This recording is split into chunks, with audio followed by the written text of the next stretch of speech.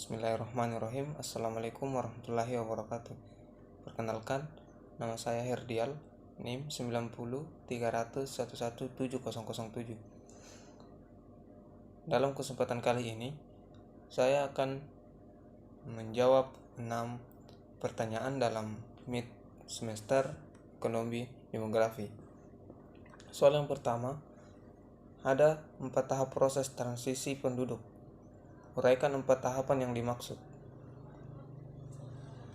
Model transisi demografi adalah sebuah model yang digunakan untuk mendeskripsikan perubahan-perubahan dalam statistik kependudukan seperti angka kelahiran, angka kematian, dan pertumbuhan penduduk seiring dengan berjalannya waktu. Pada tahap ini, tahap pertama juga disebut masyarakat pre-industrial. Angka kematian dan angka kelahiran keduanya sama-sama tinggi. Pada tahap ini, angka kematian yang tinggi dan berfluktuasi banyak disebabkan oleh bencana, kelaparan, wabah penyakit, dan peperangan yang sering terjadi di negara-negara pada masa ini. Angka kematian bayi tinggi dan angka harapan hidup rendah akibat kurangnya teknologi dan tenaga kerja dalam fasilitas kesehatan. Pada tahap kedua, yaitu early industrial. Pada tahap ini ada atau yang disebut juga masyarakat adalah early industrial adalah angka kematian pada masyarakat menurun secara signifikan sedangkan angka kelahiran masih tetap tinggi. Laju perubahan alami meningkat hingga puncaknya pada akhir tahap ini. Kematian bayi turun dan harapan hidup meningkat. Yang ketiga ada late expanding, di mana pada tahap ketiga angka kelahiran mulai menurun menyusul angka kematian. Hal ini disebabkan oleh perubahan nilai-nilai yang ada di masyarakat. Orang-orang yang memilih untuk memiliki lebih sedikit anak karena keluarga besar lagi menjadi aset ekonomi ketika sebuah keluarga pindah dari desa ke kota. Tahapan yang terakhir adalah low stationary. Pada tahap ini, angka kelahiran dan kematian sama-sama rendah. Fluktuasi yang terjadi rendah dan pertumbuhan populasi lambat. Angka kematian sedikit meningkat seiring dengan peningkatan usia rata-rata penduduk, namun harapan hidup masih meningkat karena angka kematian berdasarkan usia terus menurun. Kebanyakan negara-negara Eropa saat ini berada pada tahapan transisi demografi keempat. Soal yang kedua adalah jelaskan indikator yang dapat digunakan dalam menganalisis kependudukan serta kemukakan 3 model piramida penduduk. Piramida pertama, piramida penduduk muda atau ekspansif. Mengenai bentuk piramida penduduk bisa diperhatikan pada gambar berikut. Piramida penduduk muda berbentuk kerucut dengan alas yang lebar dan puncak meruncing. Piramida penduduk ini menggambarkan pertumbuhan penduduk yang pesat. Selain itu, pada piramida ini penduduk usia muda merupakan jumlah yang dominan. Contoh negara dengan piramida penduduk muda adalah Indonesia dan Cina, di mana negara tersebut memiliki penduduk muda yang mendominasi. Mengenai ciri-ciri negara yang termasuk dalam piramida penduduk muda adalah tentunya sebagian besar penduduk berada dalam kelompok umur muda. Selain itu, tingkat kelahiran dan kematian masih cukup tinggi dan dengan pertumbuhan penduduknya tinggi. Yang kedua adalah piramida penduduk dewasa, di mana piramida ini menggambarkan negara atau daerah dengan pertumbuhan penduduk yang stabil. Dalam piramida penduduk dewasa, angka kelahiran atau natalis dan angka kematian atau mortalitas cenderung seimbang. Oleh karena itu, jenis piramida penduduk dewasa sering ditemukan di negara maju seperti Amerika Serikat dan Inggris. Ciri-ciri negara yang termasuk dalam piramida penduduk dewasa adalah jumlah penduduk dalam keadaan stasioner, jumlah kelahiran dan kematian seimbang, jumlah penduduk relatif tetap, pertumbuhan penduduk rendah, dan penduduk muda hampir sebanding dengan penduduk tua.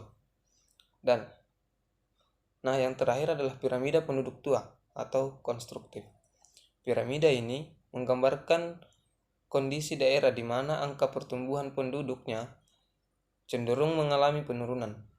Gambar piramida bentuknya sendiri seperti batu nisan dan terdapat di negara Jerman, Belgia, dan Swedia. Adapun ciri-ciri negara yang termasuk dalam piramida penduduk tua ini yaitu jumlah penduduk terus berkembang, angka kelahiran lebih kecil dari angka kematian, sebagian besar penduduk berada pada kelompok usia tua, dan pertumbuhan penduduk yang sangat rendah, bahkan tidak ada sama sekali. Soal yang ketiga adalah apa perbedaan mendasar ketika sumber data demografi penduduk? Berbicara mengenai perbedaan mendasar dari ketiga sumber data demografi, mungkin bisa perhatikan pada pengumpulan datanya, di mana terlebih dahulu kita ketahui apa itu sensus, registrasi penduduk, dan survei. Yang pertama, sensus. Sensus adalah keseluruhan proses pengumpulan, pengolahan, penyusunan, dan penyajian data demografi, ekonomi, dan sosial yang menyangkut semua penduduk atau orang pada waktu tertentu di suatu negara atau suatu wilayah. Pengumpulan data sensus yakni dilakukan 10 tahun sekali melalui 2 tahap, pencerahan lengkap dan sampel.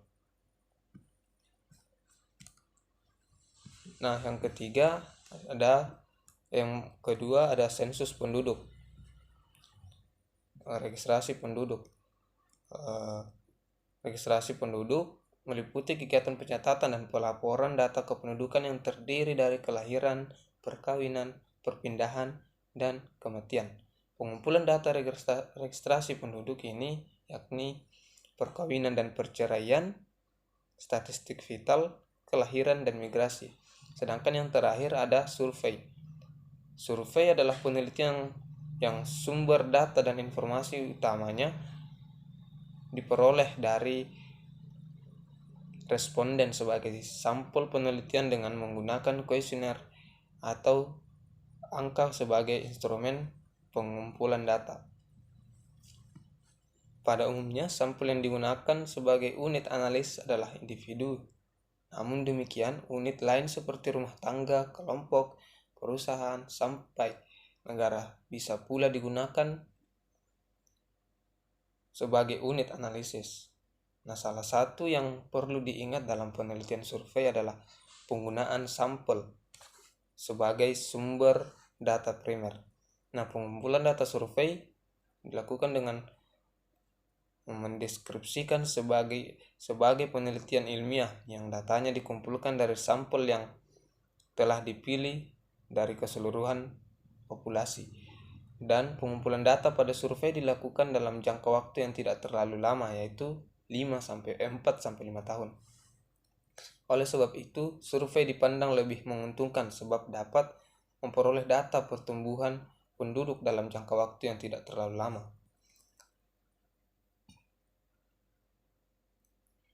Soal yang keempat adalah teori fertilitas dapat ditinjau pendekatan sosial dan ekonomi. Kemukakan dua pendekatan tersebut. Dalam pendekatan ekonomi, pemerintahan terhadap anak merupakan penurunan dari teori terhadap permintaan barang dan jasa dengan menggunakan pendekatan fungsi utilitas maksimum. Konsep permintaan anak dapat diartikan sebagai jumlah anak yang diinginkan dalam rumah tangga. Hal tersebut terkait dengan ukuran keluarga optimal yang diinginkan, termasuk di dalamnya bagaimana sikap orang tua dalam memandang nilai atas kepemilikan anak. Permintaan anak dalam rumah tangga dipengaruhi oleh beberapa faktor, di antaranya faktor sosial dan ekonomi. Dalam Sofiardi dan Helmit pada 2003 menyatakan bahwa setidaknya ada 6 alasan mengapa orang menginginkan anak, yaitu dari sisi ekonomi, anak dipandang sebagai tenaga kerja dan penyumbang pendapatan bagi keluarga. Dari sisi anak dipandang dari sisi kepentingan hari tua, anak dipandang sebagai memberikan jaminan, keamanan dan perlindungan di hari tua. Nah, dari sisi psikologis, anak sebagai mitra jiwa dan kasih sayang. Dari sisi keluarga,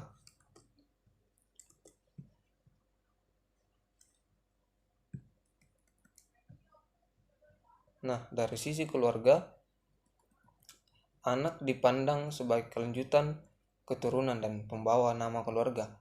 Sedangkan dari sisi sosial dan keagamaan, anak sebagai pemenuhan kewajiban sosial dan keagamaan. Dan dari sisi perkembangan kehidupan modern, anak sebagai model sosial untuk memperluas jaringan dan memiliki kebutuhan-kebutuhan mereka. Nah, soal yang kelima, dimisalkan diketahui data fertilitas daerah Sukamaju sebagai berikut. Tentukan GFR dan ASFR.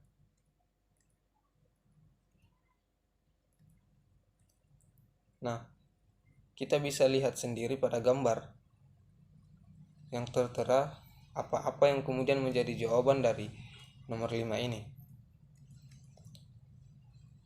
Sedangkan pada pertanyaan nomor 6, di dalam analisis mortalitas dikenal istilah standarisasi. Jelaskan yang dimaksud dan macam-macam standarisasi tersebut. Nah, menurut Rohman pada tahun 2002, standarisasi adalah sebuah metode untuk menggabungkan angka rata-rata kategori spesifik ke dalam nilai kesimpulan dengan mengambil rata-rata yang telah ditakar.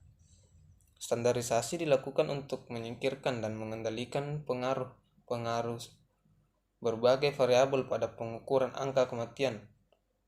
Variabel itu seperti umur atau komposisi tempat tinggal, pekerjaan, dan jenis kelamin. Nah, standarisasi terbagi menjadi 2 macam. Yang pertama, standarisasi langsung, di mana standarisasi ini memberikan hasil yang lebih akurat ketika jumlah dari angka kasus kecil pada setiap kelompok, umur atau jenis kelamin pada populasi tadi. Metode langsung bisa digunakan untuk menghitung angka rata-rata yang terstandarisasi seperti rata-rata tekanan darah yang disesuaikan dengan umur dan jenis kelamin pada kelompok pekerjaan yang berbeda.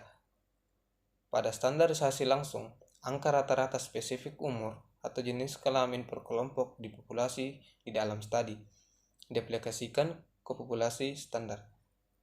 Nah, sedangkan standarisasi tidak langsung, di mana standarisasi ini membahas tentang dengan membandingkan jumlah kematian dan kesakitan yang diamati dan jumlah kematian atau kesakitan yang diharapkan, yang dikenal juga dengan istilah Standardized Normality Ratio atau SMR. Nah, SMR ini digunakan ketika angka umur rata-rata untuk populasi yang dipelajari tidak diketahui, tetapi total kasus pada populasi studi diketahui. Nah, SMR ini juga digunakan ketika perhitungan rata-rata untuk populasi kecil di mana kita tidak bisa menghasilkan angka umur rata-rata yang stabil. Nah, sekian yang dapat saya paparkan atau jawab pada kesempatan kali ini. Kurang dan lebihnya mohon dimaafkan. Billahi taufiq wal hidayah. Assalamualaikum warahmatullahi wabarakatuh.